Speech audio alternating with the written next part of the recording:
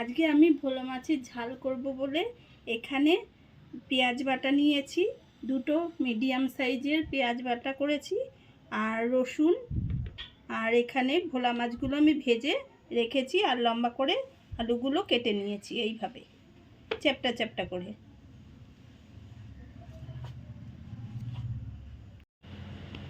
এখানে আমি কড়াইতে তেল দিয়ে সামান্য একটু লবণ প্রথমে দিয়ে দিচ্ছি।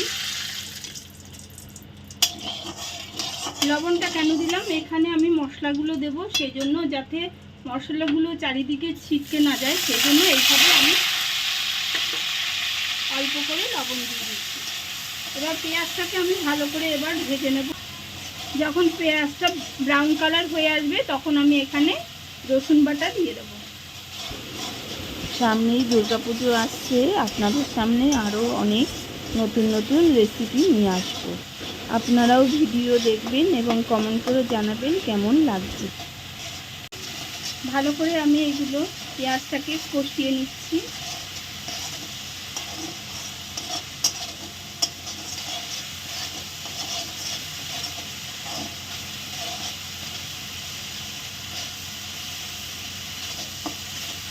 দেখুন এখনো ব্রাউন কালার হয়নি।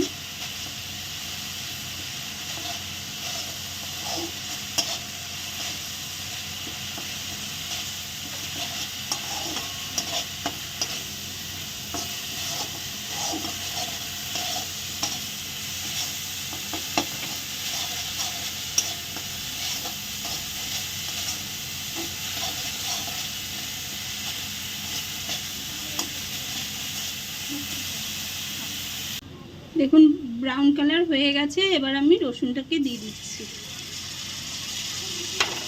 এবার রসুনটাকে দিয়ে আমি খানিকক্ষণ নাড়িয়ে নেব।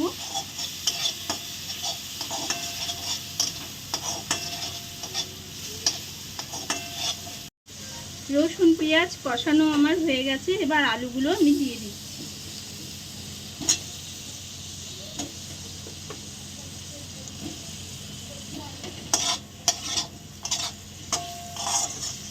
আলুগুলো আমি একসঙ্গে পেঁয়াজ আর রসুনের সঙ্গে কষিয়ে নেব।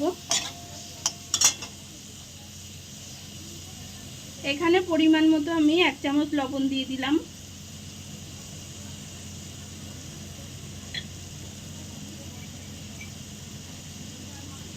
এক চামচ হলুদ, এখানে 2 চামচ ঝাল লঙ্কার গুঁড়ো আমি এখানে দিয়ে দিলাম। আপনারা যেমন ঝাল খাবেন সেইভাবে আপনারা ঝালটা দেওয়ার চেষ্টা করবেন।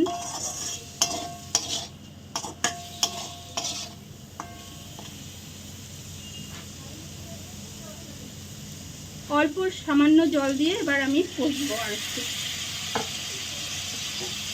যেহেতু আমি আলুটা দিয়েছি সেই জন্য একটু ভালো করে কষে নেব।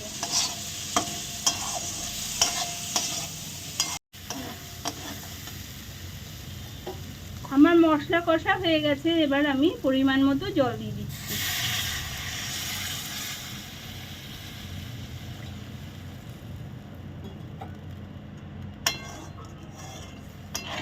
যখন ঝোলটা ফুটে উঠবে তখন আমি এখানে মাছগুলো দিয়ে দেব।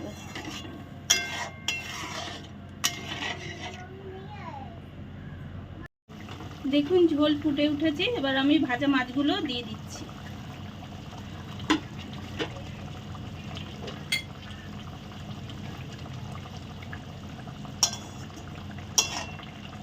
ঝোলটা যখন একটু কাই কাই হয়ে আসবে তখন আমি নামিয়ে নেব।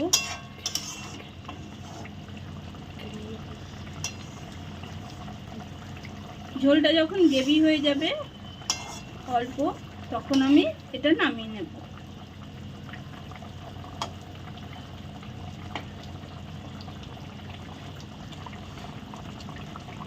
দেখুন ভোলা মাছের ঝাল হয়ে গেছে পেঁয়াজ রসুনের। এটা ভাতের সঙ্গে, দুপুরে, রাতে সবসময়তেই খাওয়া যাবে। ভাতের সঙ্গেই বেশি ভাল লাগবে এটা।